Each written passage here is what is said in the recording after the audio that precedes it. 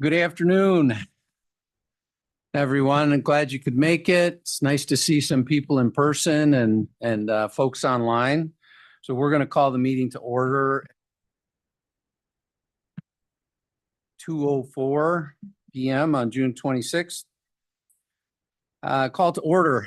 Good afternoon, members of the Building Codes Committee. This meeting is now called to order. I would like to announce a change in the agenda order for today. Item 6, legislative update, will be after item 3, approval of minutes. For those around the table, please turn on your microphone when speaking. For those participating via Zoom, please state your name when making a comment or asking a question. The MAG public comment process allows members of the public to comment on items that fall under MAG's jurisdiction. If you would like to comment on today's meeting, please complete the request to speak form. MAG staff can assist with any questions you may have. If you parked in the garage, a validation stamp is available on the counter.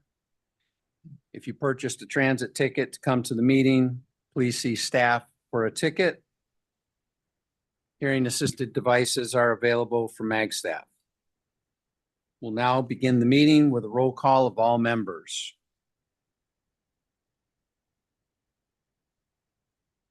Thank you, Mr. Chair. I'm going to say your name and ward jurisdiction. Let me know whether or not you're here. Chair Randall Westacott. Here. Apache Junction. Anyone from Avondale? I see Mike Izzo from Buckeye. Here. Carefree. Cave Creek. Chandler. El Mirage. Florence. Fountain Hills. Larry Taylor from Gilbert. Present. Looks like we have Brian Hickman from Glendale. Present. Litchfield Park. Dale Garcia, Maricopa. Here. Mark Sipes, Maricopa County. Here. John Sheffer, Mesa. Present. Paradise Valley. Peoria. Michael Abeg, Phoenix. Here. Queen Creek. Salt River, Pima, Maricopa Indian Community. Present. Mark White.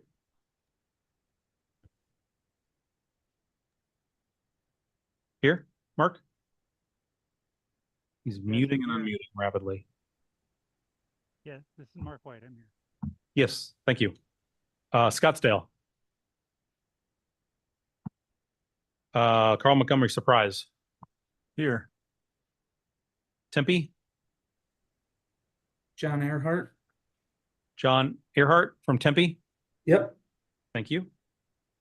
Tolleson. Wickenburg. Kevin Bruce, Wickenburg. Thank you. Youngtown. And James Ashley Home Builders Association. Thank you, Mr. Chair. We have a quorum.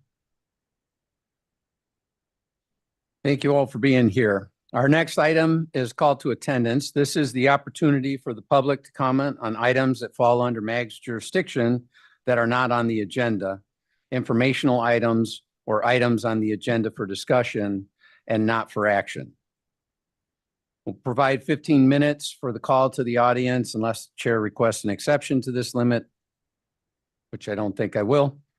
I have received no request to speak for the call to attendance. MAG also provides the opportunity for members of the public to submit written comments via the MAG website.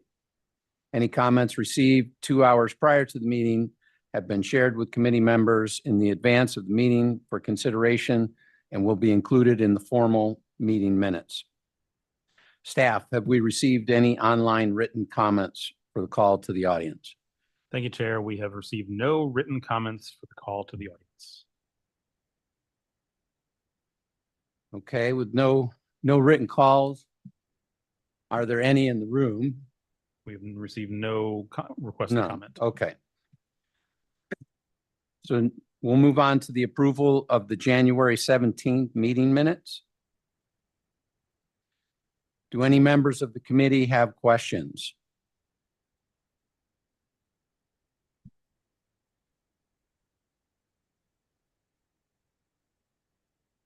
Hearing none, prior to approval of the meeting minutes, there is an opportunity for members of the public to comment.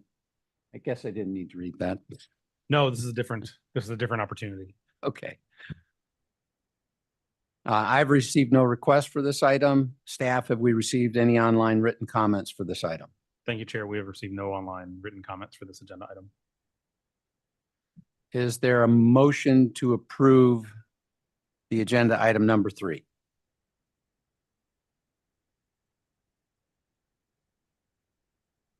Yeah, I'll make a motion to approve.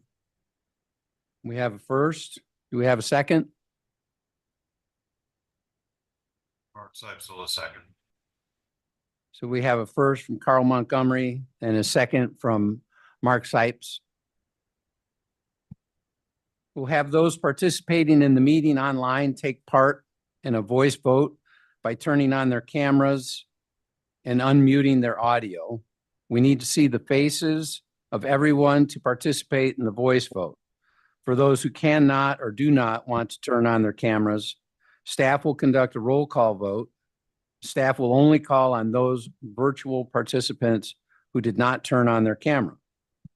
Members, please leave your cameras on until after the roll call vote so that staff can count the people's names whose cameras are not on. Can I have a voice vote of those in the room and those online? Those in favor say aye. Aye. Aye. Aye. Aye. Aye. Those opposed say nay.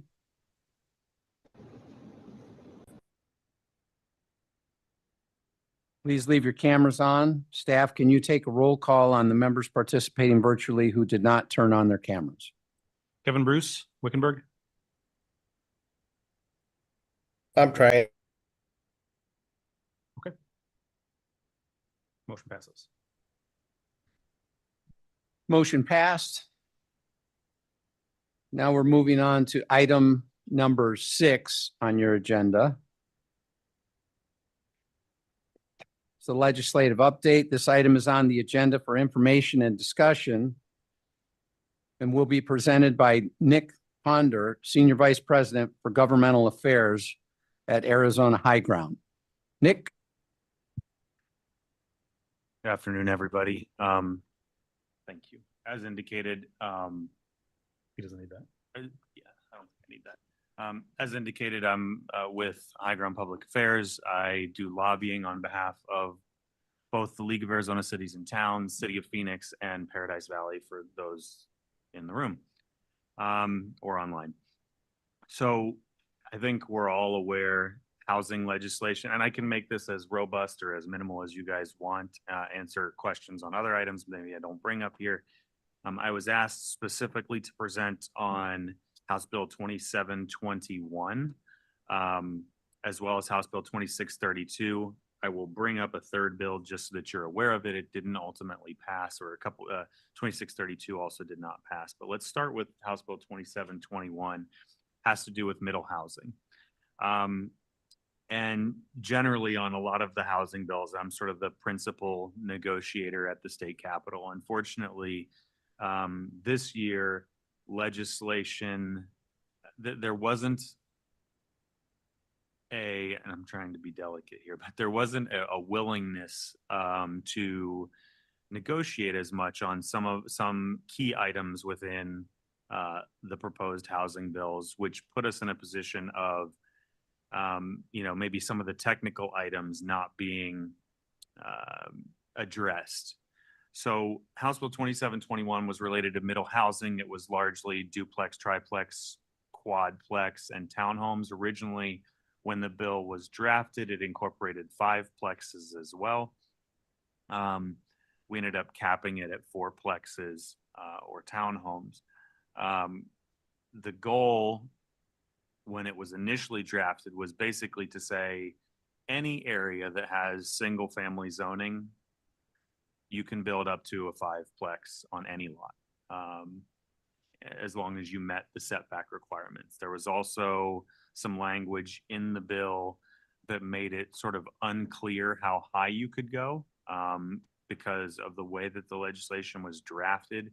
It said that you could be 2 floors or 50% of the or a 1-to-1 ratio of the gross floor area.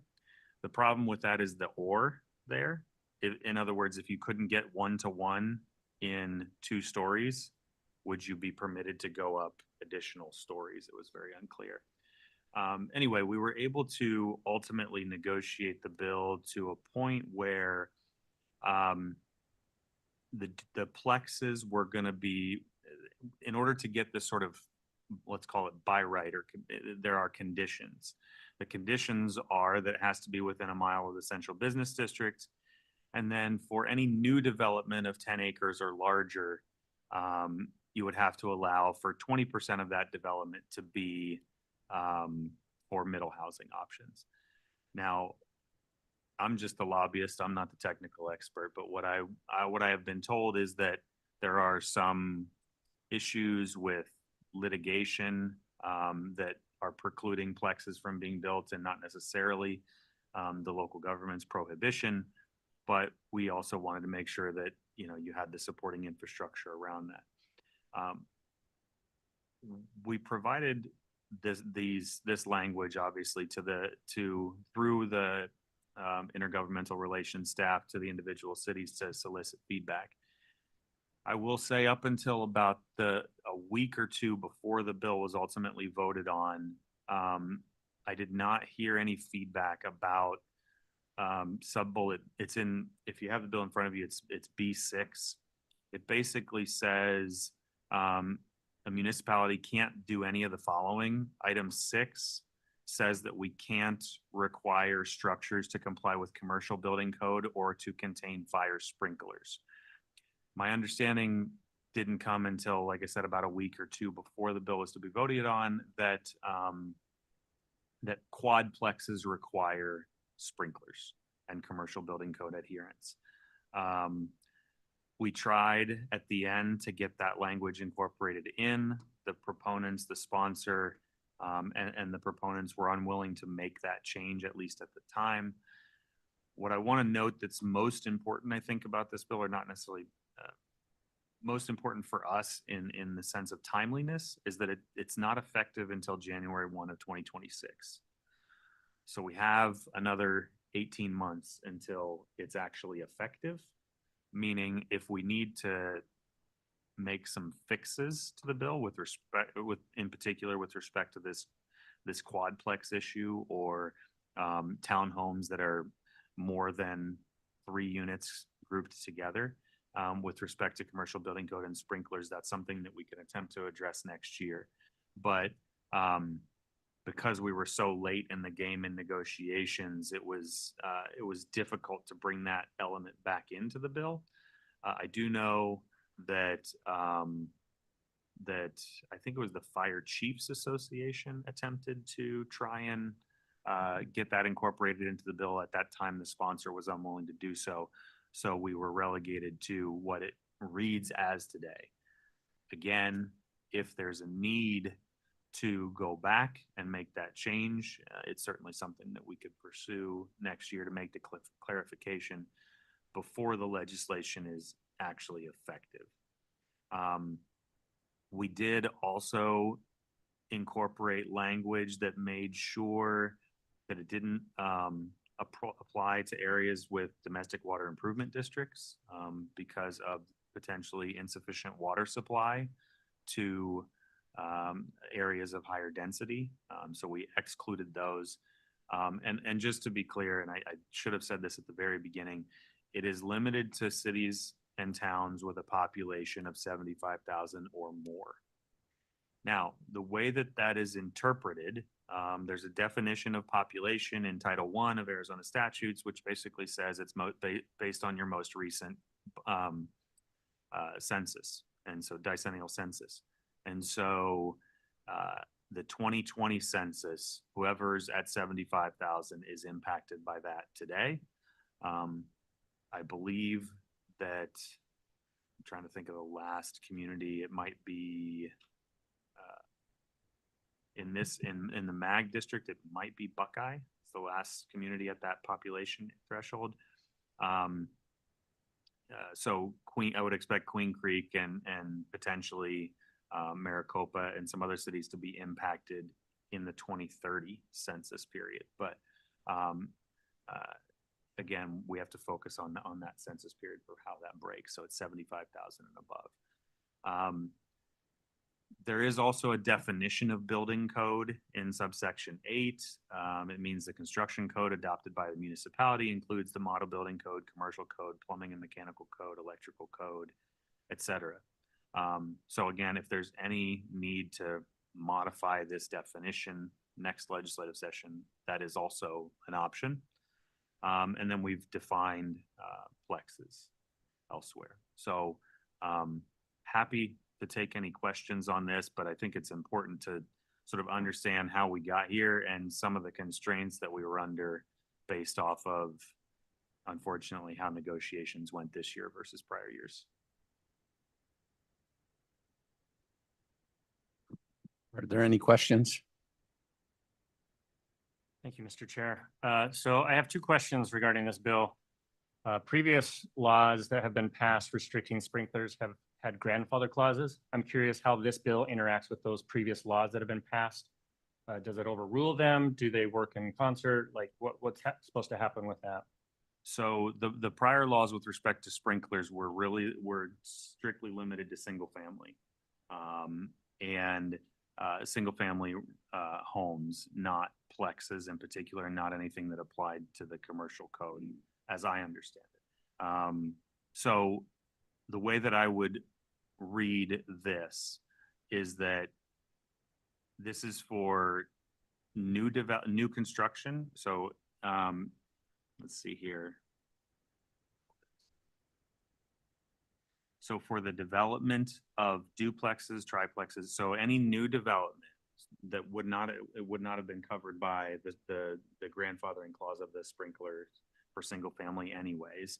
So any new development that is for duplexes, triplexes, quadplexes, you cannot require sprinklers in those, just as you wouldn't be able to in anything that was built today in those scenarios.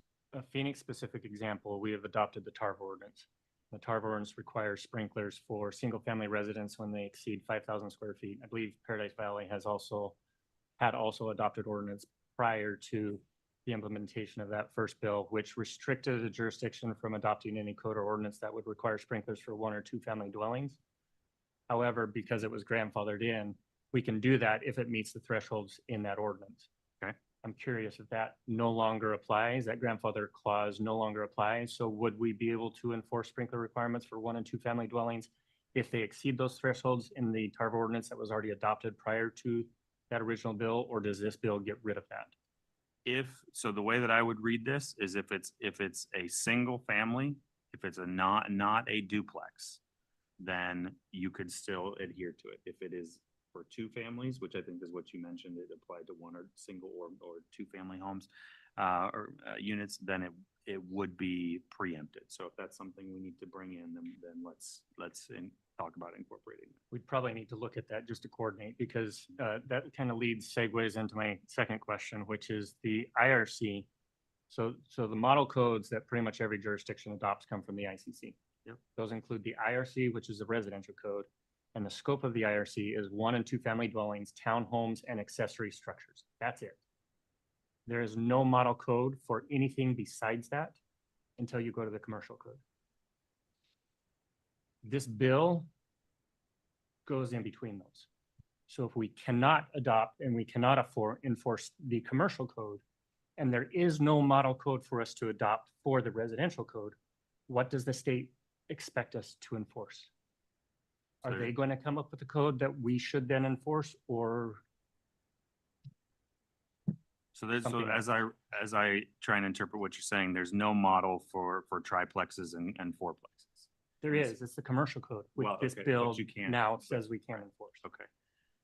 So this is helpful information. Would have been much more helpful if I had it February, to be honest with you.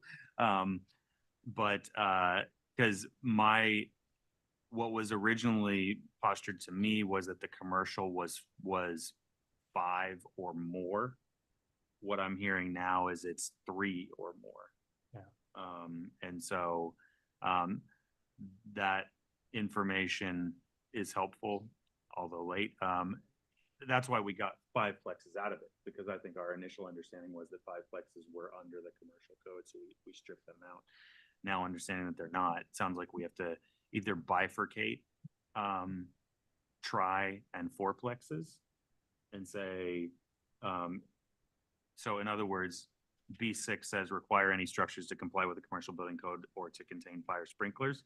It probably needs to say, except for triplexes and fourplexes require any structures, right? Because then what it would effectively mean is that for tri and fourplexes, you could require the commercial building code.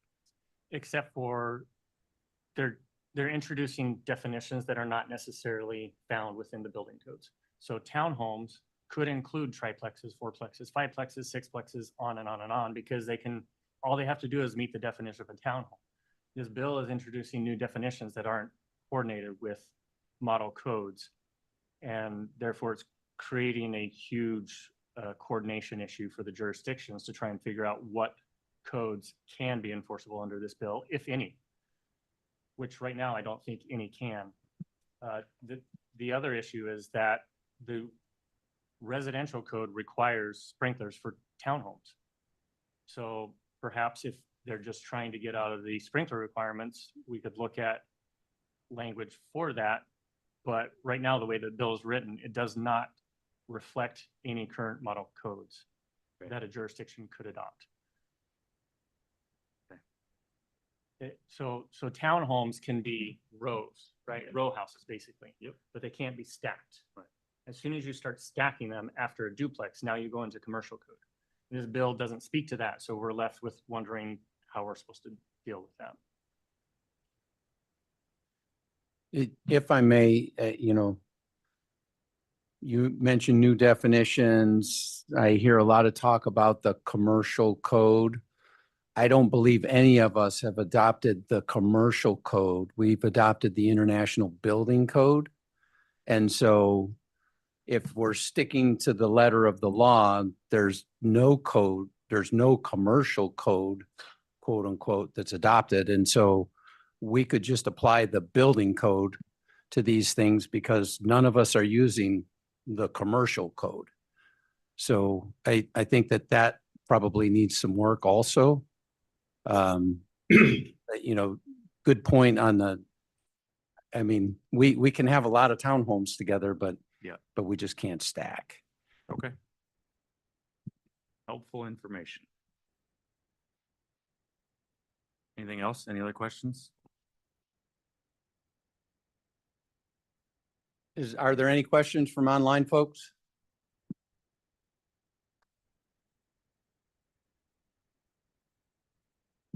No, hearing none. Okay. There was another bill and that one didn't pass, correct? There's actually, yeah, and I was contemplating bringing up a third one to you guys that also didn't pass, but I think it'd probably behoove you to pay attention to as well. Okay. So I'll go into there was also a bill called House Bill 2584. Fortunately, this bill also failed in the Senate. Effectively, initially what it said that is if there's any material or products allowed within the building code, that cities had to allow it. And obviously, I think we all know that that is problematic, whether it's geographically or otherwise. And so that bill was fought for quite a number of months. Ultimately, the final version took out products. I think that what in doing so, they were trying to eliminate opposition from AMWA, for example, for low water usage fixtures and stuff like that. So it just limited it to materials, so siding and lumber, et cetera.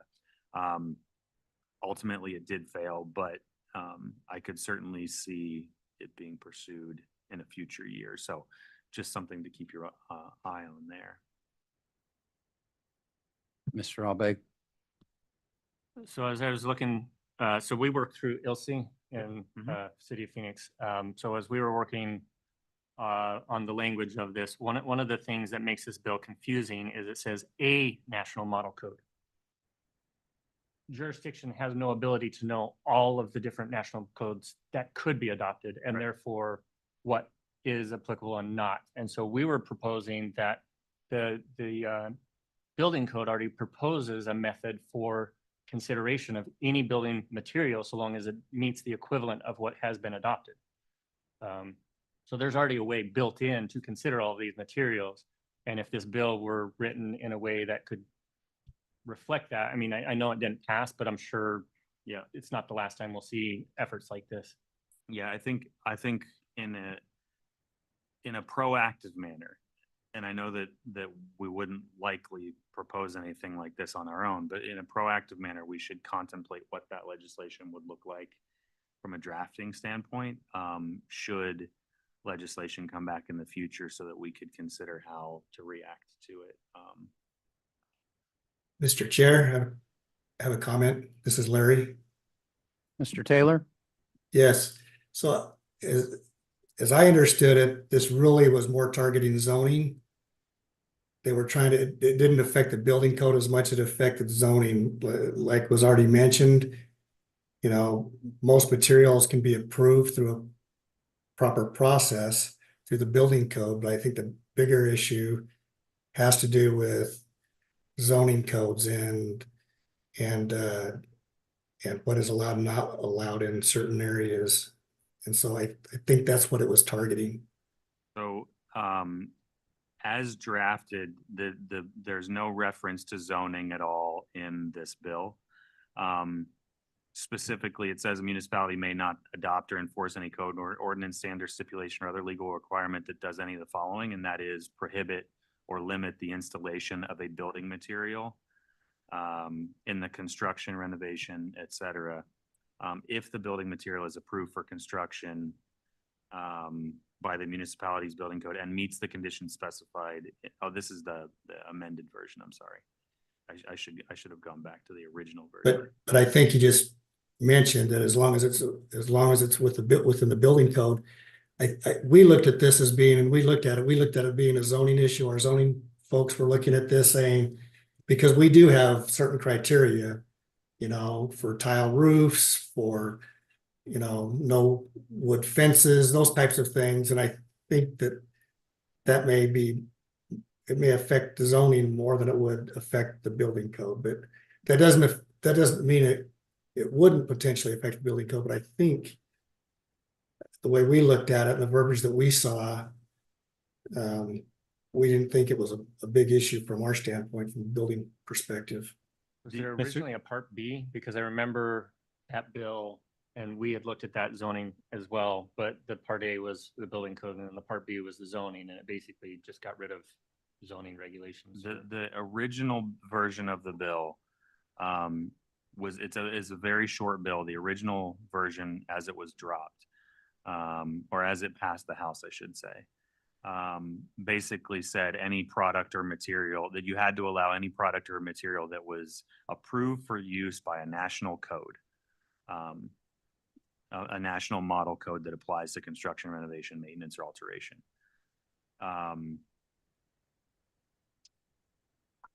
That was And I it. think it mentioned within the last 3 code cycles.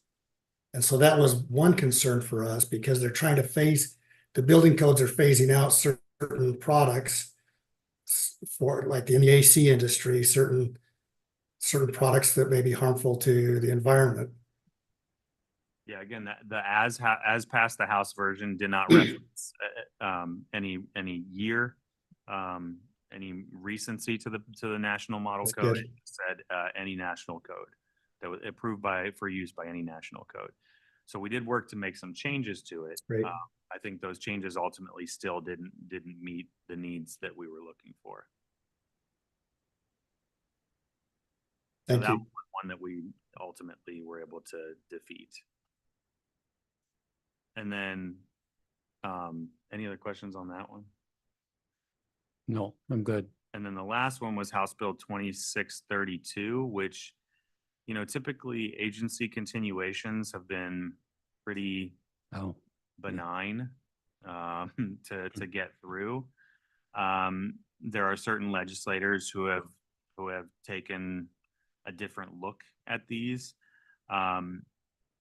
in the sense that they only want to continue them now for 2 years per agency, which provides very little continuity to the agency. In particular, this one affected the Department of Administration, the OSHA Review Board, Boiler Advisory Board, Board of Technical Registration, State Personnel Board, and the Tribal Relations Board. It only continued them through through December 30th of 2026, and then would have basically repealed them by January 2027. There was, some of this is probably unrelated. It's ADOA more related, but one of the issues that came about in this bill, and it has to do with the technical registration, but what they wanted to do, there was an issue with one senator and her spouse, and he's apparently an inspector, a building inspector, and had some had some censure to do with this. And so they basically eliminated the Rules and Standards Committee for home inspectors. They also eliminated the ability for the Board of Technical Registration to issue letters of concern to inspectors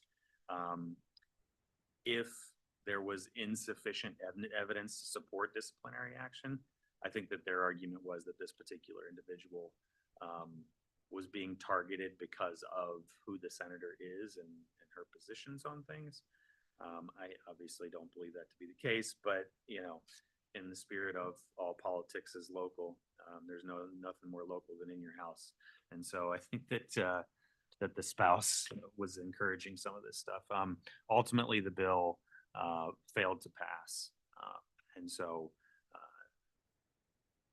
those agencies will continue, but some of the bad language there was also some language about being able to an aggrieved person, which was not defined, could basically sue certain departments and have to be paid out public resources. So that was problematic as well. I think that had to do with, again, some personal stuff with some individual legislators, but just reflective of sort of the nature of politics today, that some of these things that you never thought were political before have become more political in recent years. is this one that you expect to see come back again? I think it depends on the makeup of the legislature. Okay. If the Republicans win the majority in the Senate next year, or in November, which I think is unlikely, but if they were to, then I could absolutely see this come back. If it's a split legislature in the Senate, for example, then no. It may be dropped as a bill, but it wouldn't pursue through the process. So it really depends on what the makeup of the legislature is. Mr. Abeg, you had a question? Yeah, so my understanding was the AZBTR continued its function based on continuing legislation. So if this bill didn't pass, was there additional legislation that enabled their continued activity? So I'll have to do some more research on that, to be honest with you. I was not tracking this bill. It was not something that was given to me by the client to pursue. So I need to go back and look into that. And I can send you guys an email, but it's just not something. Yeah, and I received an email on this, and I believe the governor signed it in for another 6 years. 6 years. Yeah. There was, so there must have been an amendment. Oh, you know what? There is another bill. Just don't remember which one it is. I think it's 1242. Yeah, I saw something came through my email that basically said, okay, this is good for another 6 years. And I said, oh, good. Well, then I won't have to deal with it. Well, so the thoughts were from the registrants, right? If the board that oversees my continued registration no longer exists, what does that mean for registered professionals? Do they no longer have a registration? How do you renew a registration if the There's still a national board of registration. There is a national board of registration. It's just though, when you think of something on a national scale and then you want to get some action quick, it's like, how long does it take to get a response from that national organization as opposed to a local organization? It was not 1242. That was another bill. I'm trying to find it for you guys. I'll go through my emails and send it out? and I'll get that to Scott. Scott, if you can share that. There was also interesting language in that proposed bill talking about the oversight would be limited to reviewers. And so the question was, what does that mean? Who's a reviewer? Is that just jurisdictional employees or is that a peer reviewer? Is that like, and it was very Yeah, unclear as to what the intent was of that bill going forward. 2210. Well, and it sounded too like the onus or the responsibility was bared on the back of the jurisdictions and their team of reviewers. And if something was missed, then basically they were at fault. And I know having the Board of Technical Registration doing what they're doing at least helps us receive plans that people have been pretty mindful about putting together. And if there was no oversight on that coming from that organization, we've seen some pretty poor plans even with the oversight, and it just seems like it would not be a good path for us to go down. So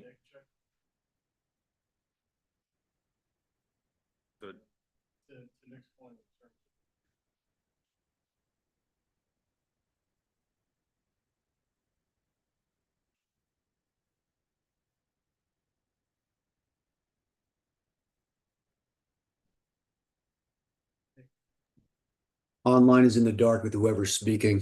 Cannot hear him. Yeah, just wanted to, we were just discussing in terms of the continuations to the point Nick raised about 2-year proposals that ended up not coming to fruition. Those are short timeframes for the Auditor General's office to get in there and conduct a complete audit. But I know a couple of those that were part of that ended up receiving 8-year continuations, such as the Boiler Advisory Board and the OSHA Review Board. And ADOA, I'm not positive, but I think it received 4 years. yeah, there's 2 bills I'm seeing now, which is 2209 and 2210. I just need to go through and find out exactly which one it is. Yeah, I'd have to go through and find out exactly which one it is. So 2209 was signed by the governor. That one has OSHA in it. But I need to see where BTR is because I did not see that in either bill actually. So I need to just do additional research for you guys. Speaking to your point, Mr. Chair, the language was concerning to us because it appeared that a design professional could ignore every single regulation while submitting plans. But if the jurisdiction did not catch that, the onus would be on the jurisdictional employee, Right. which would not make any employees feel safe. I think our ability to do our primary function would have ceased under that bill. Like we would have had some major adjustments. So it's good to see that one didn't make it through, but concerning Agreed. that it could come back. Okay, so 2091 was Registrar of Contractors. 2210 was OSHA. 22, and the Arizona Commerce Authority, 2209 was something else. I'll find it. Appreciate that, Nick. Any other questions for Mr. Ponder before we release him? Nick, do you have anything on 2720, which goes into effect on January 1 of 2025, the ADUs? In particular, what about? I didn't know if there So- was anything that the group needed to hear on that. I mean, so, yeah, so as I mentioned at the very top, there was a number of housing bills. We were trying to get a number of changes to 2720. We had an agreement at the end of last legislative session, so at the 2023 session on what language would look like on the accessory dwelling unit bill. But this year, it took a significant leap beyond. I think one of the problems that was pointed out to me by local governments is the definition of gross floor area, and that it would require, so that's in that it would require basically the homeowner to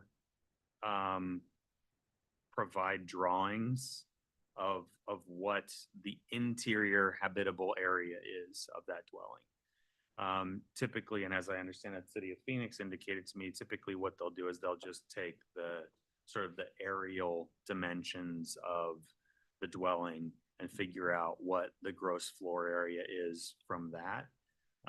Obviously, interior habitable is different than that exterior dimension. And so it actually makes it more problematic for the person building ADUs. We offered the language to make it clearer, but that was rejected for some reason. I don't understand why, even though it was actually better for proponents of the legislation. I'm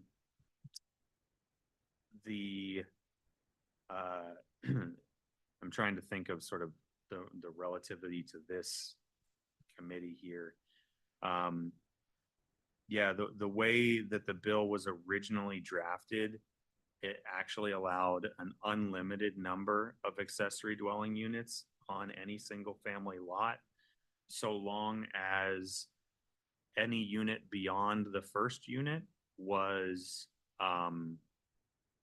restricted affordable.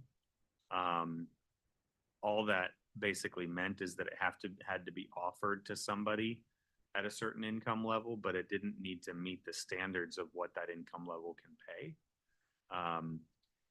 We really sort of, ultimately the bill landed on one detached and then one sort of attached / internal ADU, so a garage or, you know, an addition to the house or whatever. And then on large lots of 1 acre or more, you could have a second detached. That's how that sort of manifested. We were trying to keep the floor area at 50%. That was, again, a negotiated agreement last year.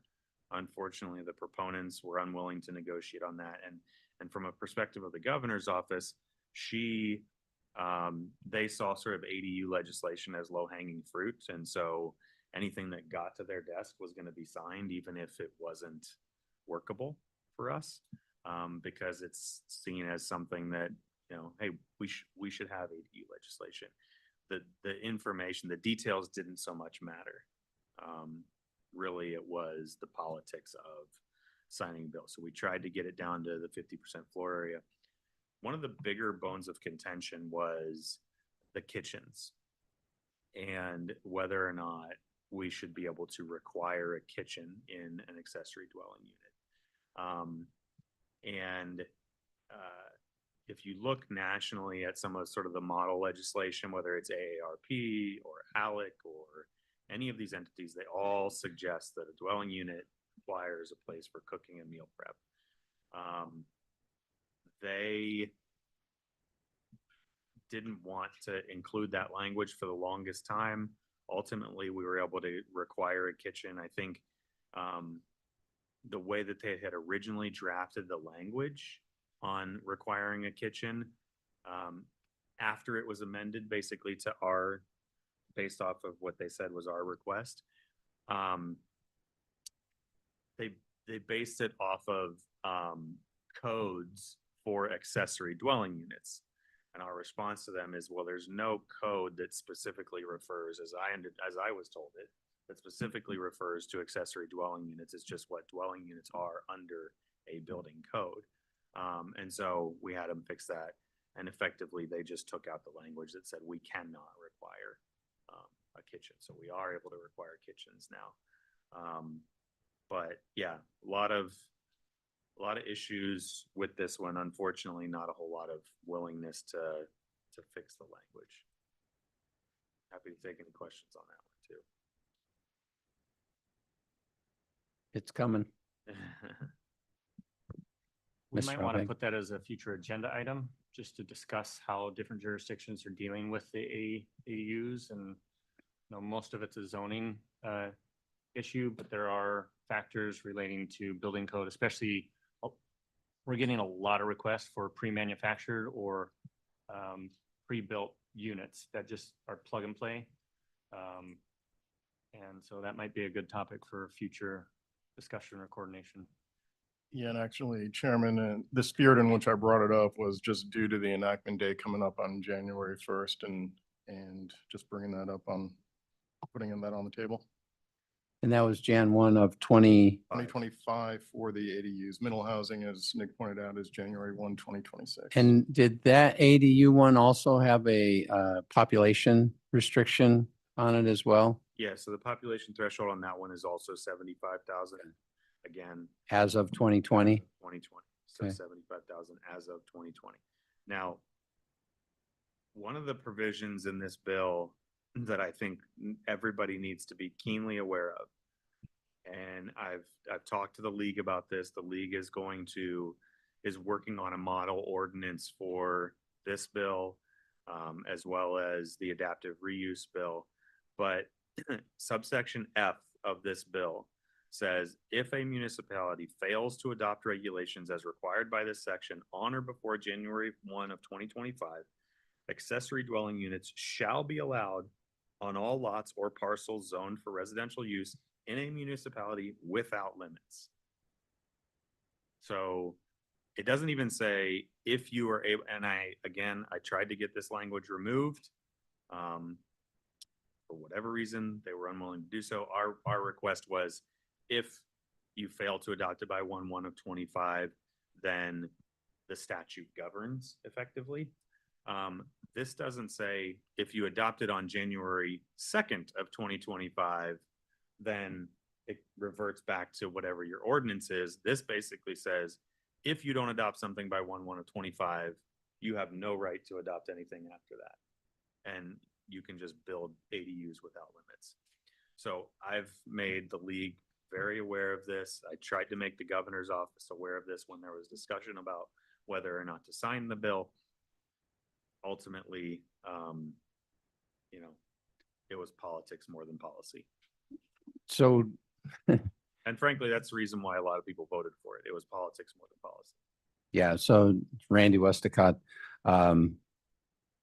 is that saying that if we don't have anything adopted, a new code adopted by 2025, from that day forward, we can't adopt any other codes moving forward? The codes and materials and everything, technology is advancing so fast that the building codes can hardly keep up with all of the technological advancements in construction. And so if this thing is written in such a way that says, well, as of 2025, you're stuck where you're at, you can't move forward, I think that would be something that we would want to let the governor's office know about as well. So as I would read this, what I would read is that you need to adopt an ordinance or regulations related to ADUs by January 1st of 2025. That ordinance can be more permissive than what's in here, or it can be what's in here. The only way, and it doesn't supersede building codes in here, with the exception of you can't require fire sprinklers. I don't know that fire sprinklers are required in ADUs already. So I think that's fine.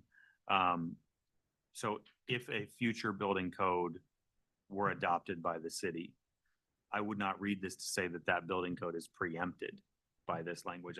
What I read in here is that you need to adopt your ordinance Okay. by January 1 of 2025 that adheres to at least minimally the provisions that are within this document, within Okay. this statute. Mr. Abbe. So at least within the city of Phoenix, when we looked at this, our ordinance that needed to be adjusted was the zoning ordinance.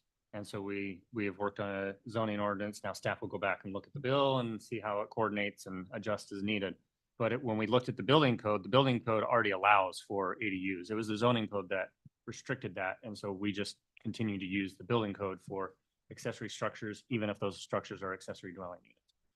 And they're not necessarily same. We've had lots and lots of conversations about that with staff, right? Like attached accessory dwelling unit versus a building addition and things like that. That's why I think it might be beneficial for this group to Sure. follow up on that and coordinate before that deadline. Yeah, sooner rather than later. So yeah, thank you for bringing that up, James. Yeah, just if I may, Chairman, that's the reason, due to the timeliness of the enactment date on that. Could I bring up one bill? This is actually a bill from, do you have others to go through? Oh, This go ahead. is, this is actually one that I know that a lot of cities and towns supported. I know the league supported this as well. This is actually last year, SB 1103 regarding final plats and being able to shed that from your town and city council agendas. It could expedite the process by about a couple of months. I know that a lot of folks, staff within the cities and our members are really receptive to that. And Phoenix, right out of the gate in February, unanimous vote by the council. Queen Creek took action in May. I know several other cities, Surprise, Goodyear, Chandler, Buckeye, they're all in the process of doing that as well. And if there is ever any support that any cities need for their elected officials, for their councils, and we have done with a couple of municipalities, please let me know and reach out, because we're looking forward to working with you to get this accomplished. Very good. Anything else from folks online? Mr. Chair, if I can really quickly add, to clarify, I think Nick mentioned this, the two bills that have the population threshold.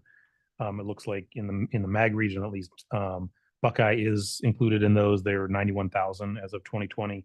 Maricopa and Queen Creek are the biggest one below that threshold. They were under 75,000. So Thankful for my photographic memory. yeah. There's also not mentioned here, but there's also another bill, the adaptive reuse bill that I mentioned. There's a population threshold on that of 150,000. Again, as of 2020. 2020. Okay. Very good. Well, that concludes, that was item number 6, correct? And so now we're going back to item number 4. All right, thank you. Appreciate your time today.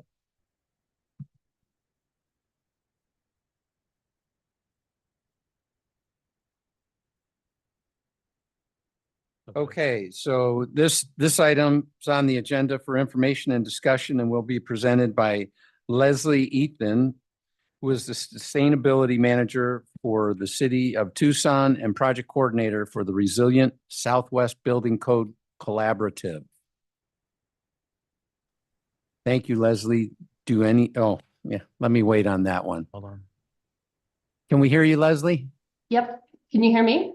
Yes, we can. Perfect. All right. You'd be able to share your screen. All right. So let me do that. Make sure I get this done right. Can everyone see that okay? Looks good. Yes, thank you. All right. Well, thank you all. I really appreciate the invitation to speak to this group. I see some of you are already involved in the collaborative, which is great. So this won't be anything new to you. For those who aren't familiar with the collaborative and haven't met me, I want to make 2 quick points about my role before I get started. I do work for the city of Tucson, and the city is just one of many partners in this collaborative, but it is not a Tucson-led effort, despite me inflicting the picture of our lovely downtown on you. But what the collaborative aims to accomplish is a priority for our mayor and our city manager. And so they were willing to commit a fairly significant amount of my time to provide support to the project team, hence the project coordinator role. The second point I want to make is I am by no means a building code or building construction expert of any kind. My involvement is more related to the fact that I have a lot of experience in managing large multi-department, multi-organization projects, managing grants, including federal grants even larger than this one. So that's really kind of my piece to it. And so I'm here speaking for the collaborative, but just to share with you kind of overall what it's about and how you might wish to participate. The collaborative is funded through the Department of Energy's Resilient and Efficient Code Implementation Program, aka RECI, some people call it RESI. This is a new program that was created through the bipartisan infrastructure law with $3.5 million in funding that we've received. This is actually the 8th largest of the 27 projects that were funded in the first round of RECI awards. There will be multiple rounds, and in fact, the second round of applications are actually under review right now. So I'm going to start a little bit with the context, kind of the why, and then I'll get into the who, what, how, when of the project. I'm not going to belabor this slide or any of the next ones here. Everyone who lives up there in the Phoenix Metro knows how miserable last summer was. While this year looks to be less extreme, El Nino is officially over. The reality is this is not going to be the last year with summer temps like this or even higher. And as you all know, that heat translates into deaths. While outdoor deaths are a big part of this, indoor deaths are still significant. Across these 11 years, the average percentage of deaths that occurred indoors was nearly 30%. We can't prevent the heat, but there is a lot that can be done to try and reduce deaths. It is going to have to be a very comprehensive approach. There's no single piece to it.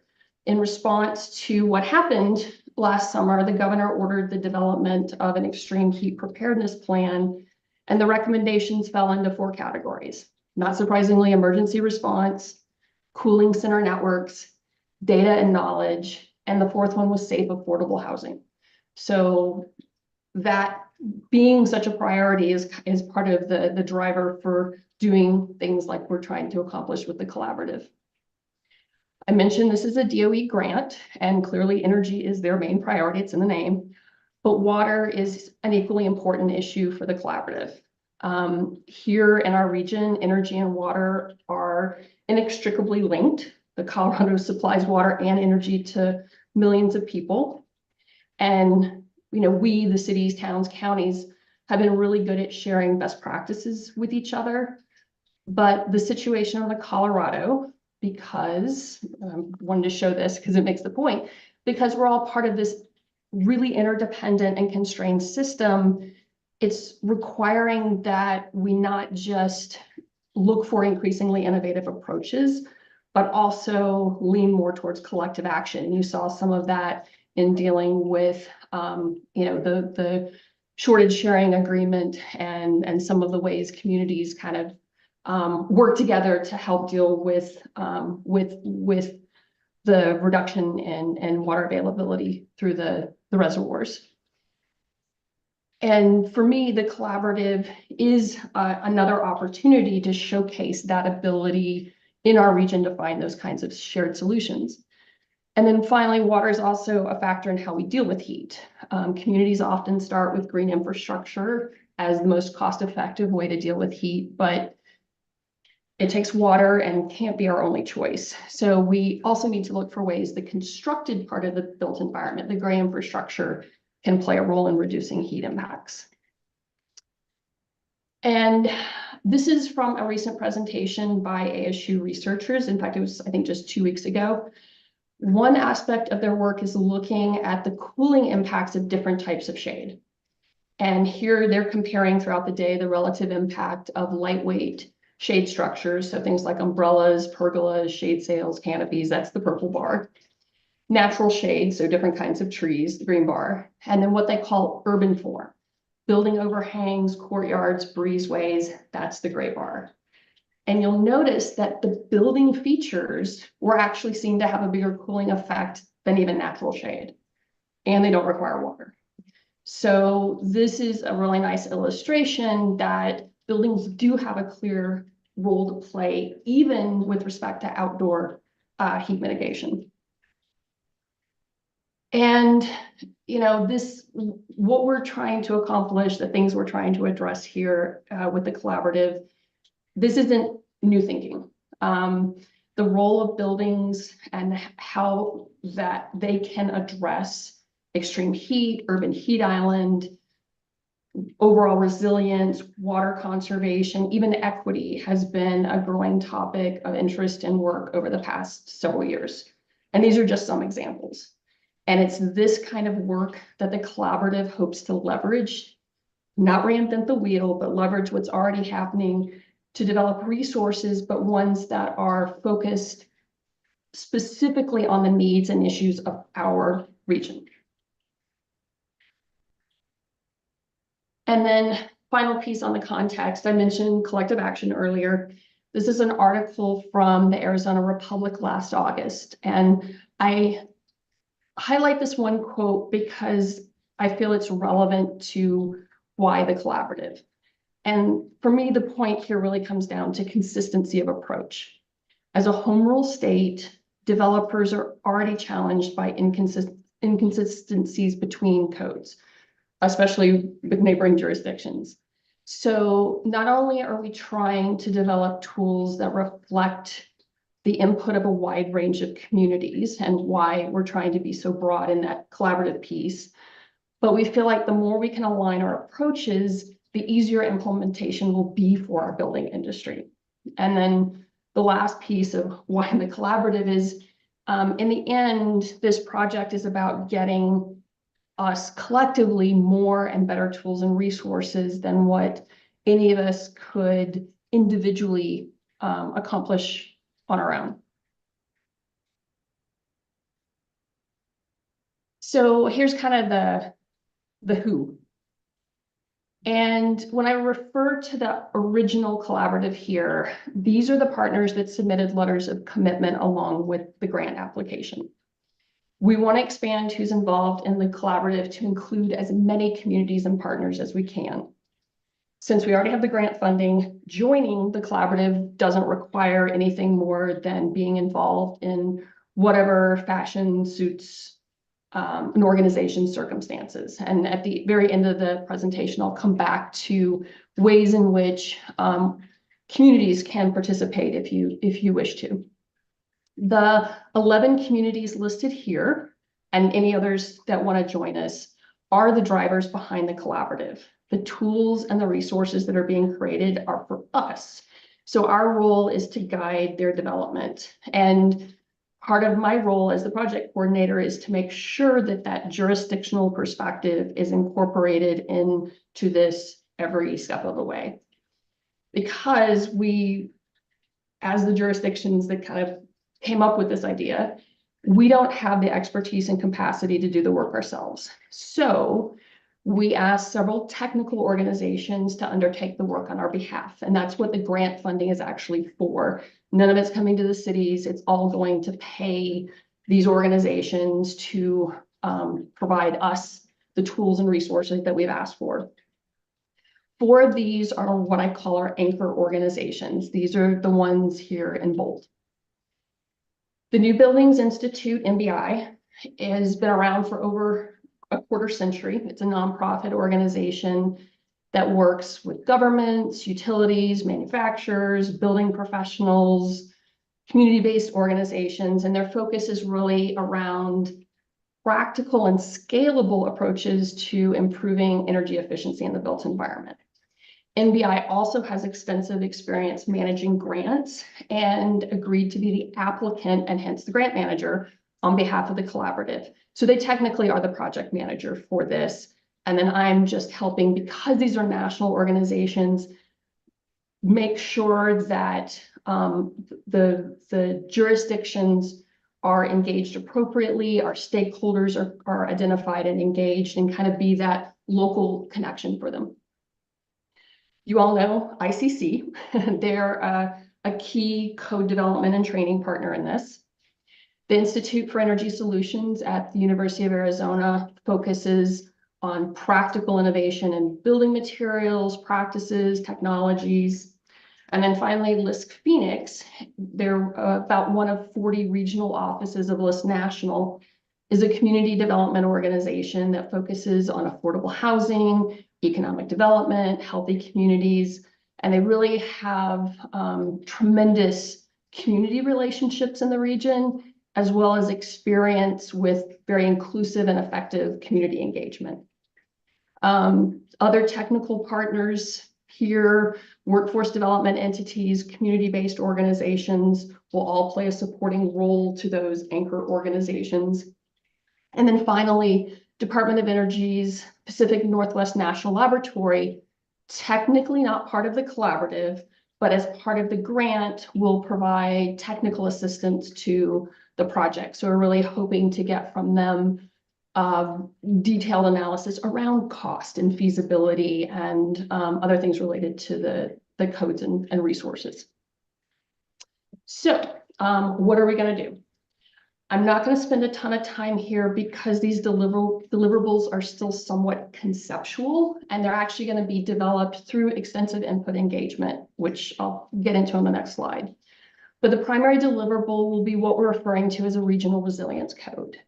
We are using the 2024 I-codes as a primary basis, and the code, likely an overlay, although that's not fully determined, will focus on the elements across the various portions of that code that do or could address heat mitigation, thermal comfort, water conservation and reuse, wildfire impacts such as air quality, energy security, and any other kind of resilience or equity issue that's identified by the communities through this input and engagement process. And ICC will lead both the development of the code and publish it. So this will actually be a published ICC code that they will offer as one of their regional models. And then recognizing that some communities have more aggressive goals for energy and water in the built environment, and that buildings alone will not be enough to meet those goals. There will also be a supporting policy/strategy roadmap that looks beyond just the building to site and community considerations, energy system, market and technology changes, et cetera, to identify what mix of approaches would be needed to more efficiently and effectively reach those quote unquote net zero goals. The tools themselves are not enough in and of themselves. And so the collaborative is committed to developing resources that help communities understand these tools, how they could be used, and build capacity for adoption, either of anything here or even just energy codes in general. And so Institute for Energy Solutions is leading the development of kind of a living implementation guide. And then there will be training and other resources that are, again, provided by ICC. And then finally, a parallel effort will focus on helping the broader community understand how building codes are important to the health and safety and resilience of the community, and also put resources into their hands in terms of helping them understand what they can do in their own homes, how they can advocate for building codes. So the implementation guide is really going to be both pieces, a technical resource for building departments, as well as something a little more community focused and accessible and more general education. And then finally, I mentioned that the second round of RECCE applications is currently under review. We did submit a phase 2 grant proposal that focuses specifically on enhancing training opportunities in the state around code and especially energy code implementation. as well as improving, shall we say, marketing of building industry careers, both to youth and to underrepresented groups. And you can see that really the training element statewide will be led by ASBO in the central region, anchored by Maricopa Community Colleges District, here in the south by Pima Community Colleges and Pima JTED, and in the north by Coconino Community College. So we're really excited about that. If we get it, they're supposed to be announced by end of July. We'll see, kind of fingers crossed there, but we're really excited and hopeful, and we think it's a really key component to the overall goals of what we're trying to accomplish here. So how are we going to do this? Phase one is really focused on gathering input to inform those deliverables that I just went through. The project technically started last October, but NBI did not get the final award paperwork until about 6 weeks ago. So we've done some initial planning, but we're really just now moving to get the project going full steam. I know how community engagement is during the summer. Lots of people like to go someplace cooler. And so we're going to continue to plan and prepare during the summer months, but we're not going to actually launch the formal engagement until later, late August, early September.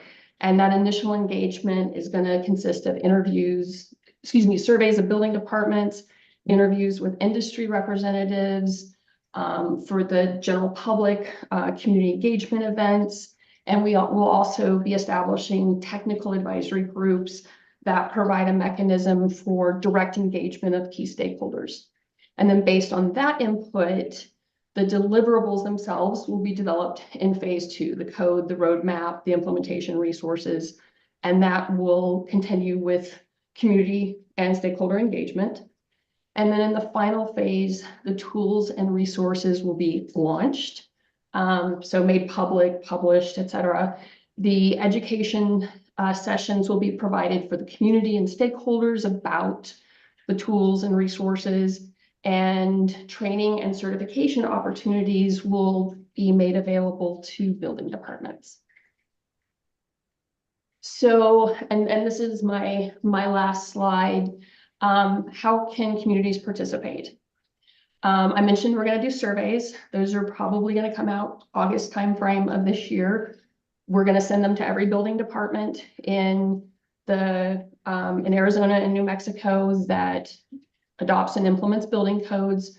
Please fill it out. It'll be very brief, but it is really important to helping understand what your needs are and concerns are around energy codes and where there might be opportunities for this project or in other ways for that support to be provided.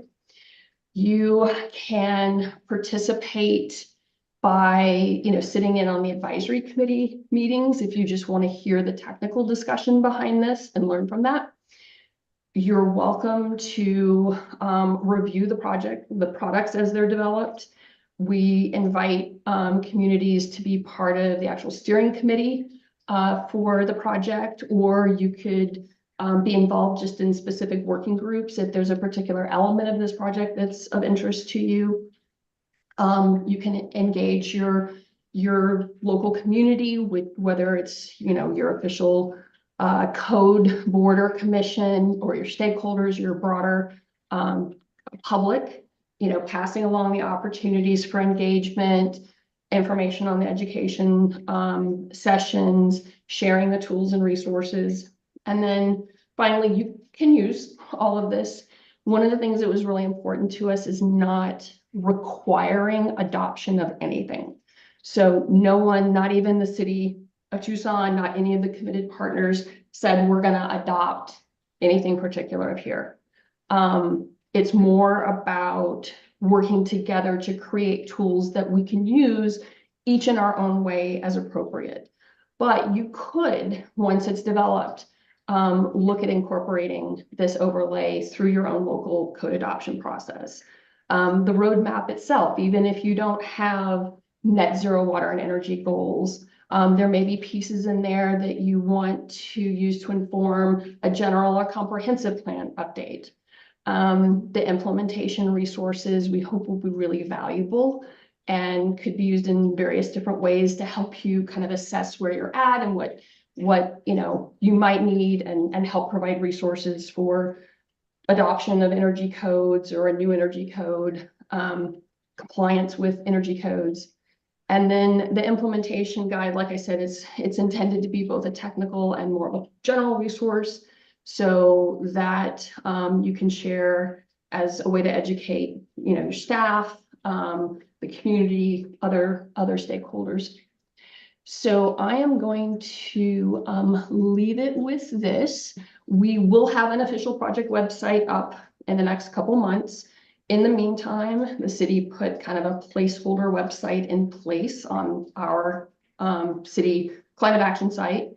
There's a little Recce tab at the top. My contact information is there.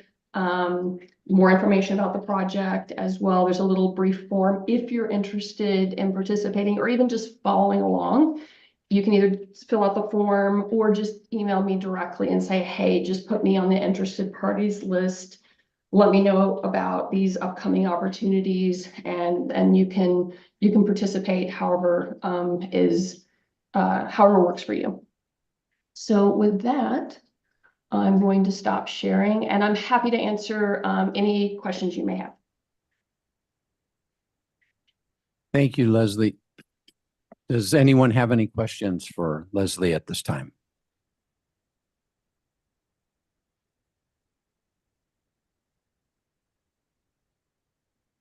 Well, I would like to say I did participate recently in it was a virtual meeting that Leslie held with some other stakeholders, and I can't remember the lady's name, but she was kind of reaching out to see what is it that the jurisdictions really feel they need the most as far as training opportunities and so on and so forth. And I thought that was really good discussion about how, when it comes to building this sustainable future that we all would like to see, part of it starts with making sure that the quality of the work that's being done is proper in the first place, because you can put in energy efficient stuff, but if it's not being put in the proper way, it's not going to perform the way that it's intended. So I think there's a lot of opportunity with this, and I encourage folks to get involved. Thank you all, and don't hesitate to reach out if you have further questions. Great. Thank you for your time today, Leslie.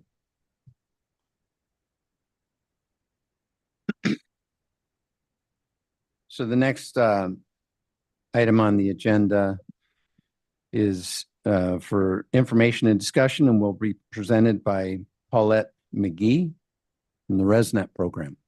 Paulette, did I pronounce your last name correctly? Yes, you did. Thank Great. you. Thank you. Thank you for having me. So what I wanted to talk about today is the HERS index as a code compliance method. This is for you to know where you're going, you need to know what the rating of your house is. We want to get to net zero, but if you don't know what your homes are right now, how do you know how you're going to get to net zero? So this is the HERS index was created specifically for that. So ResNet is the oversight group. So we're going to talk about what ResNet is doing, what is the HERS index, how it was created, understanding how to read a HERS summary report, who's doing it, and then what it is required to be a HERS rater, and how IECC and the HERS index work together to benefit the net zero home goals. We're going to talk about the states that have adopted the HERS index as code compliance and what they've done, the benefits of using HERS index and using the ResNet registry. Oh, okay. Oh, wait. It's down below. I think. not that one, that one. Yeah. Okay. So, and I'm going to try to do this in 30 minutes because I have a plane to catch. So anyway, all right. So, ResNet is a nonprofit organization. It was founded in 1995, and it was for the sole purpose of creating a HERS score, the home, an index, which is like a miles per gallon on a home. And through that, Steve Baden developed the home energy rating system. And you all know who those are. Those are your HERS raters who are out in the field today helping you do the blower door duct leakage testing. They're also out there doing the Energy Star for new homes and net zero homes. They utilize the HERS index to quantify the program, that they're meeting all of the requirements. So we've also developed the HERS H2O program in 2021. And that one has the HERS H2O score similar to the miles per gallon on a home, only it will reflect 30% water conservation in every home, outside and inside the home. We set the standards for the certification of home energy raters. So we oversee them, and we also do our quality assurance on all the HERS ratings. We've developed a HERS registry in which all HERS ratings go into the registry.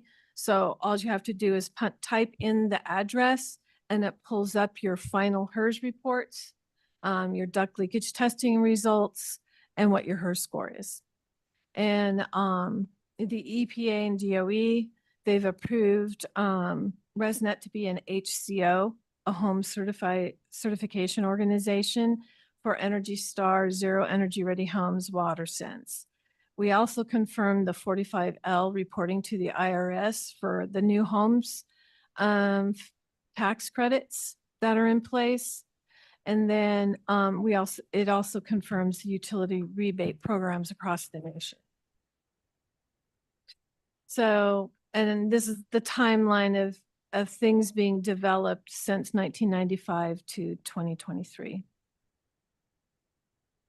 So you have the HERS index, and what it was based on was the 2006 when this first came out. So it still reflects the 2006 as the 100 score.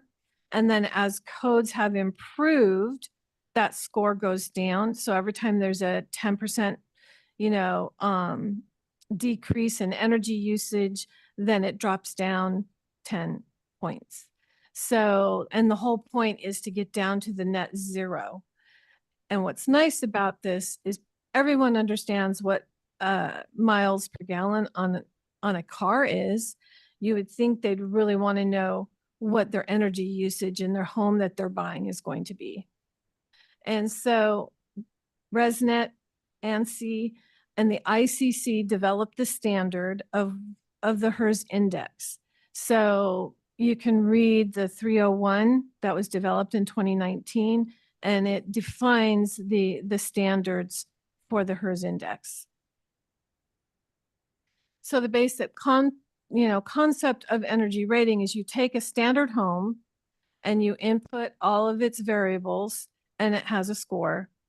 And then you input an as-built home. So all the measures that you want to improve, you input there and you compare the two, and then that's the rated home. So a reference home would be like that score of 100, and then a as-built home with as many upgraded equipment and energy measures will hit a score 30% less.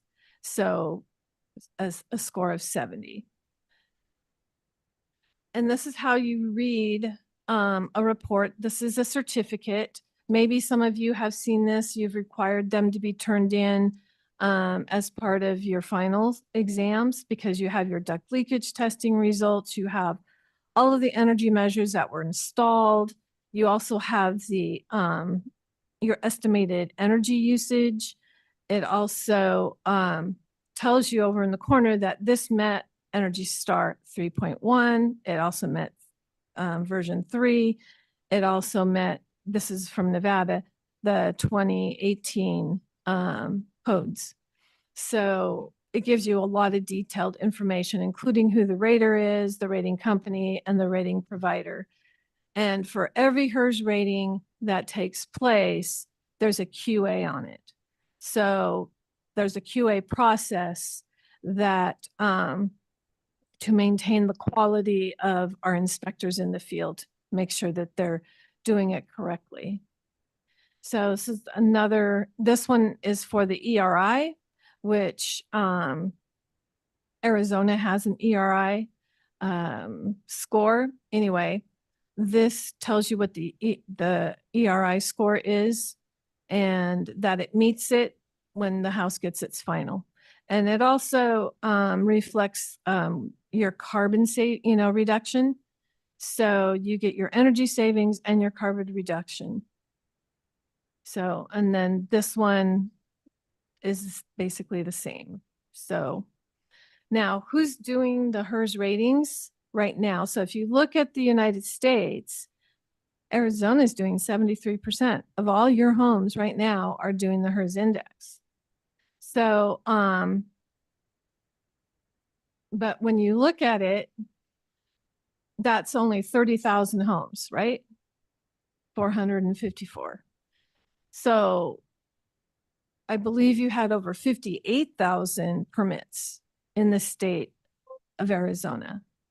So right now we have 30,454 ratings in the ResNet registry that you can pull up at any time and get a report on your carbon reduction for the state, on your energy savings for the state. It's used for your ESG reporting. It's a great tool. Anyway, so who's doing the ratings? Well, mostly the leading builders of America. They're participating in HERS ratings. Over 6,000 builders have had their homes HERS rated as well.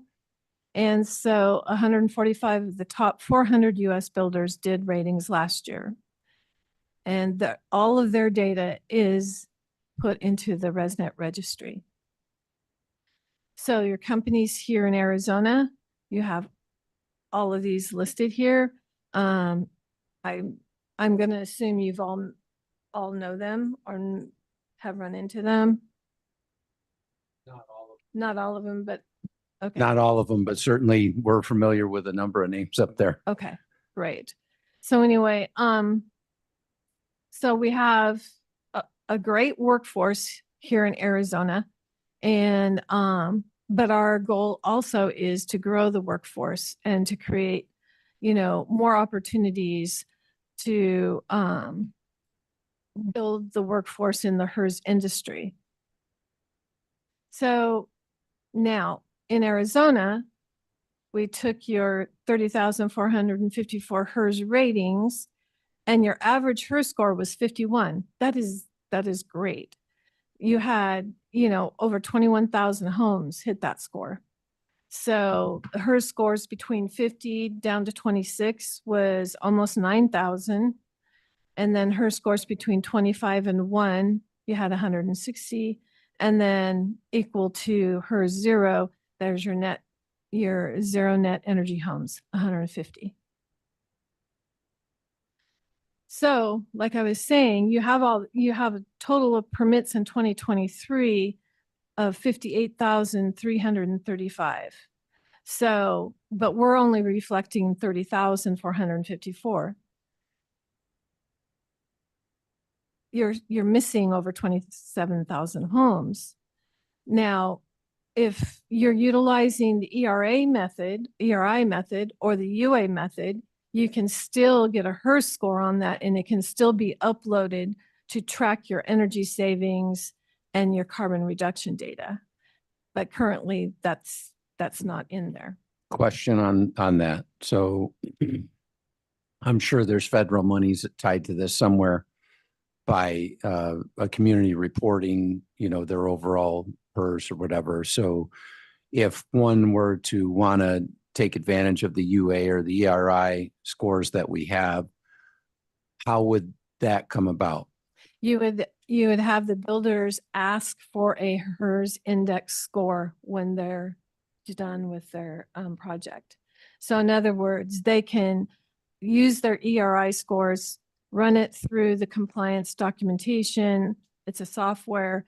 It will generate that score with the energy savings and the carbon reduction, and then it will be inputted into the registry.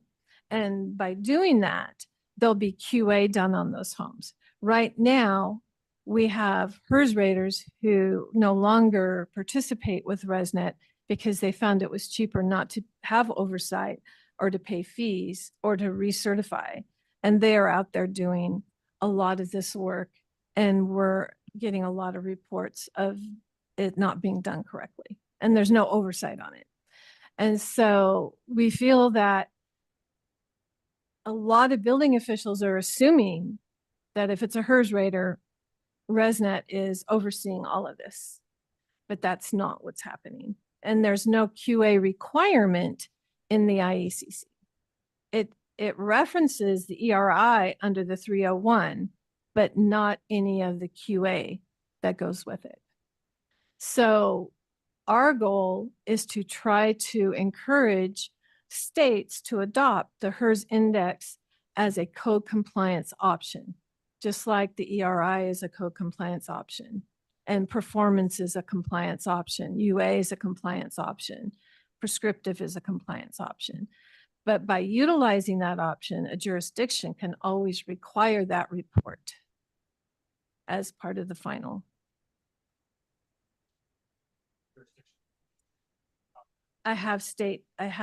Texas has done this. So anyway, so I'm going to skip through the requirements of being a HERS rater so that we could get to the IECC adoption. So right now, if you look across the United States, you've got all of these different levels of code adoption. So the nice thing about an ERI score is you can decide what score you want to adopt, and then that's your target score for your builders to utilize, and it can fall right in line with the 2024 IECC.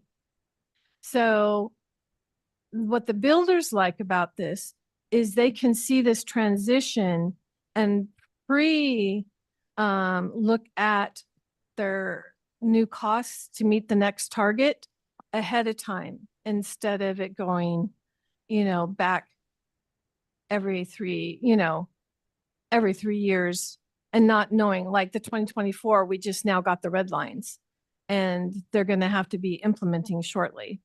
So utilizing a HERS score is very friendly to the builders. So makes it very simple for them. Just if I may ask a question, clarification on the map on that last slide. I don't believe we have any statewide IECC reference on that previous slide. Yeah, the mentions- orange, Am I reading this right, that you have Arizona listed as red, less than? yeah, it says 2009? less than, yeah, that's how they labeled the states that don't have one flat set code. So, Okay, yeah, because most of the cities are on 2018 and go into 2024. yeah, the Here in PNL Arizona. did this. Okay, I just wanted to clarify what I Yeah, was reading there. yeah. So basically, because we're a home rule state, we get a lower rating. Well, because they can't break it all down for you. Yeah. And so that was their way of doing it. Okay. Okay, for the 2021 IECC adoption in Arizona, for Phoenix, you adopted the score of 64 ERI, and in Tucson, a 57. And so utilizing the ERI score is great, but it doesn't transfer into a HERS index score unless they run it through the software, and then that score and the final report go into the HERS registry. So the ERI, yes. Software that you're mentioning, is that prescriptive compliance method software? No, it's Ecotrope. It's approved by the by ResNet. There's Ecotrope, Energy Gauge, and REM rate. Those are the three. that are utilized to generate a HERS index.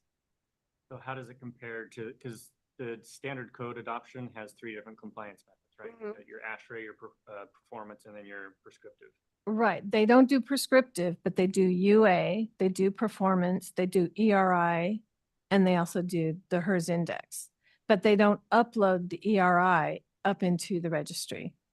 So doing the HERS index would guarantee it gets into the registry. And now you have a HERS score on the home. So I'm curious how you link this to code compliance. If the jurisdictions adopt the model code, which has 3 compliance methods, but the HERS, the software that provides the HERS rating doesn't reflect those methods. It doesn't, the only method that it doesn't reflect is the prescriptive. It runs all the others.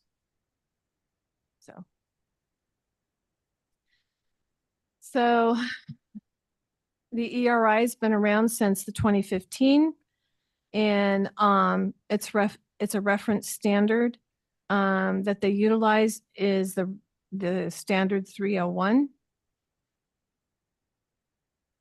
And these are the states that have adopted utilizing the ERI.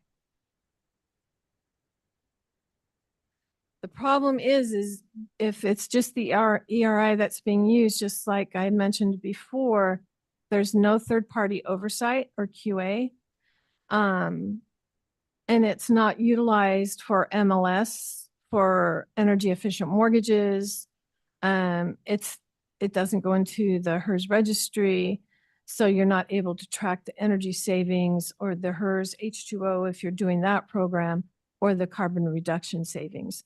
And we feel like that is very valuable information to states and jurisdictions, especially if you have sustainability goals, because you want to be able to track your success. Anyway, this talks about the benefits of using a HERS index, which is what I've already mentioned several times. So, and if you have any additional questions about it, you can go into our website to learn more. But if you have any questions about it right now, you please feel free to ask them. So we did a survey in 2018 to see what our raters were doing. And as you can see, they do the majority of the compliance work in the field. So they were already doing the prescriptive path. They do the energy rating index, but they don't upload those into the registry. They do the UA, which is through ResCheck, but they don't upload that to the registry either. So you have a lot of missing information. So you have your duct leakage testing that's commonly done out in the field, and your envelope leakage testing, and you can see they're doing 90% of the work. But if that's all they're doing, they have no oversight, and that's really critical, we feel, to the integrity of being a HERS rater, is that you still need to go through the oversight and training. Your certification is important. So we've combined with the ICC and have created what's the IECC HERS Compliance Specialist. So it's a new certification that's available that a lot of our raters are being certified, and we're doing that because we feel it's very important for building officials who rely on HERS raters to trust them. And so having that additional piece of certification is important, we feel. And so now building code officials can also do this certification, and you will learn more about the blower door testing, the equipment, insulation grading, and all the pieces that we're looking at when we're doing HERS ratings in the field with the builders. So that is something that you can do as well, or your staff can do. So, anyway, the ICC is really excited about doing it. And, it's an online course, and then you test at the end of it and you get your certification. So they've tried to make it very streamlined. Right. So, and this is just the process.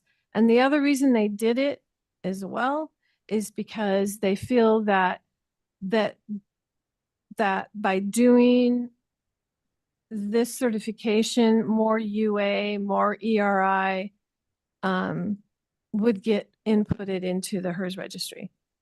So, and then again, there'd be quality assurance. So, any questions about this certification program? Okay. Now it will come with a certificate, but it also has a designation, so you can go online and download the information and sign up. And it's for rating providers, RFIs and raters. You'll learn about the software. You'll learn about the quality assurance that goes into the program, and then the program fees. So there will be an IECC ResNet final certificate of occupancy. The nice thing about it is when the rater inputs this into the registry, you can just punch in the address and you can see live the final report.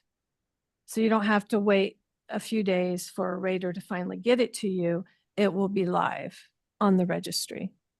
And a lot of the builders love that because they want their C of Os as quickly as possible. And that at any time, a building official can go in and verify the certificates as well. So you'll have all the final documentation that you need. So, and it follows table R405.5.2, which is all required by code. And again, this is all populated from the approved software. So what other states are doing it? The HERS index is being done in Texas. And you can see what their scores are, and they change every 3 years for climate zone 2, 3, and 4. So climate zone 2, the first 3 years it's at 59, then 3 years later it's 57, 3 years later it's 55. So a builder can see, you know, for the next 9 years, exactly what he has to build to meet compliance. And that really helps them, you know, budget, get ready, and have a smoother implementation to the new codes. So this is the code language. I think you all have access to this presentation. Massachusetts, the stretch code using the HERS index. So they've done theirs as well, and they brought back in electrification and other, you know, sustainability goals, and gave it a HERS score so that they could meet their different goals. And they found it very useful. So the ResNet rated home label, you can see what the HERS index is. You can see what a HERS H2O score is and what the carbon reduction is. And that has, this particular house has a reduction of 4 tons of carbon, which is great because that's really what the goal is. And so every home will have that label. And what's great about it also is that Fannie Mae and Freddie Mac utilize this in the registry. There's energy efficient mortgages that utilize the HERS index to qualify more buyers. So it's more affordable. And then the MLS can pull up this information from a registry, say 3 years later, because they're going to sell the house. Now they have the HERS score that they have, and they give value to high performance homes for appraisers. And that was one of the reasons a lot of builders didn't want to move up to Energy Star, was because they said there wasn't value to it later, resale value. Well, now there is. Now they'll have access to it. And that's what the carbon reduction certificate will look like. So, and if you have a local climate change initiative, these work great. It's perfect for, like I said, consumer awareness. A lot of people care about being more green. They want their homes to be more green. It's a basis for green bonds and for utility incentive programs. These are the programs that participate by utilizing the HERS index. And these are all the different things that we do. So the HERS H2O, water sense labeled homes, we do carbon reduction rating index, the 45L Fed tax, IACC code compliance, modeling, inspections and testing, and Energy Star and Net Zero Ready homes. Any questions? Was a lot. Paulette, thank you for that. I think you managed to hit your 30-minute mark. Yeah. We want to get you on your plane. Does anyone in the audience have questions for Paulette? Okay, I have one question related to HERS rating. If you were to think of a LEED rated building, there's a lot of maintenance that goes into maintaining that certification. So with the HERS score, is there maintenance that goes into sustaining that HERS rating throughout the life of the project? What's nice about it is once you have the HERS rating, say your HERS rating is at a 70, a homeowner can go in now and change out the AC and be more efficient SEER, and that lowers that rating. So yeah, they can, when improvements are made on the home that are energy, then they get to utilize that. Okay. And so they can continually decrease that till eventually they can get it down to a net zero. I have 2 homes and they're both net zero because I put solar. So Okay. anyway. I think Mr. Abeg has a question for you. How do they get to utilize that? Do they need to get a new rating each time that they do an improvement? Yes, they would. So. Chairman, just a observation, and I also noted and was aware of the range of Arizona being at 51 as a pretty good number. That's a great number. From what I understand, if we were to look at Maricopa County or just perhaps the Mag region, it would be considerably lower than that, and also the percentage of calculations on HERS is much higher in the Mag region than taking the entire state as a whole. Just an observation for the region that we cover as an association. And you can adopt the score that you feel would be best for your area. And that's we're working on amendments across the nation right now. And so, and everyone's taking into account the needs of their jurisdictions. And then we're doing analysis for them to show them the energy savings, and then they're deciding the score. Yeah, but seeing the high participation in Maricopa County is good. Yeah, yeah. Any further questions? Well, Paulette, thank you again for coming and presenting to us, and we'll release you to catch your flight. Have a nice flight. Moving on in the agenda, we are going to any updates for the Building Codes Committee membership to Scott? Did anyone have any updates that they needed to get to Scott? No? Great. And were there any updates on the code adoption survey? Even after that last presentation from our legislative person? Okay.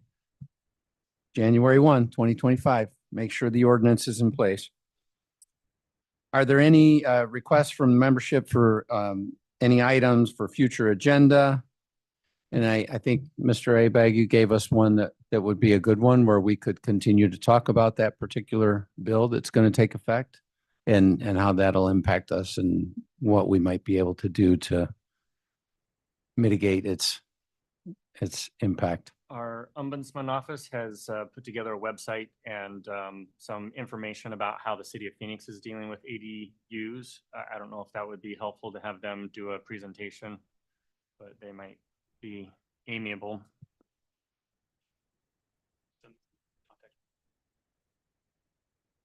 Great, thank you for that. Anyone else?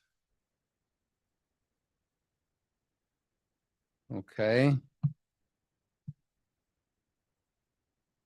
there any comments or announcements from the membership? Mr. Chair, real quickly, if I can add, both presentations will be sent out, posted on our website and sent out sometime next couple days, I think. And Nick Ponder got back to me after he left, saying that HB 2091 Board of Technical Registration was continued for 6 years. 6 years, okay. Good, I had it right.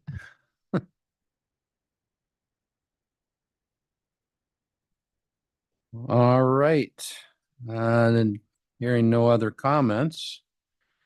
Our next meeting of the Building Codes Committee is scheduled for Wednesday, August 21st at 2 p.m.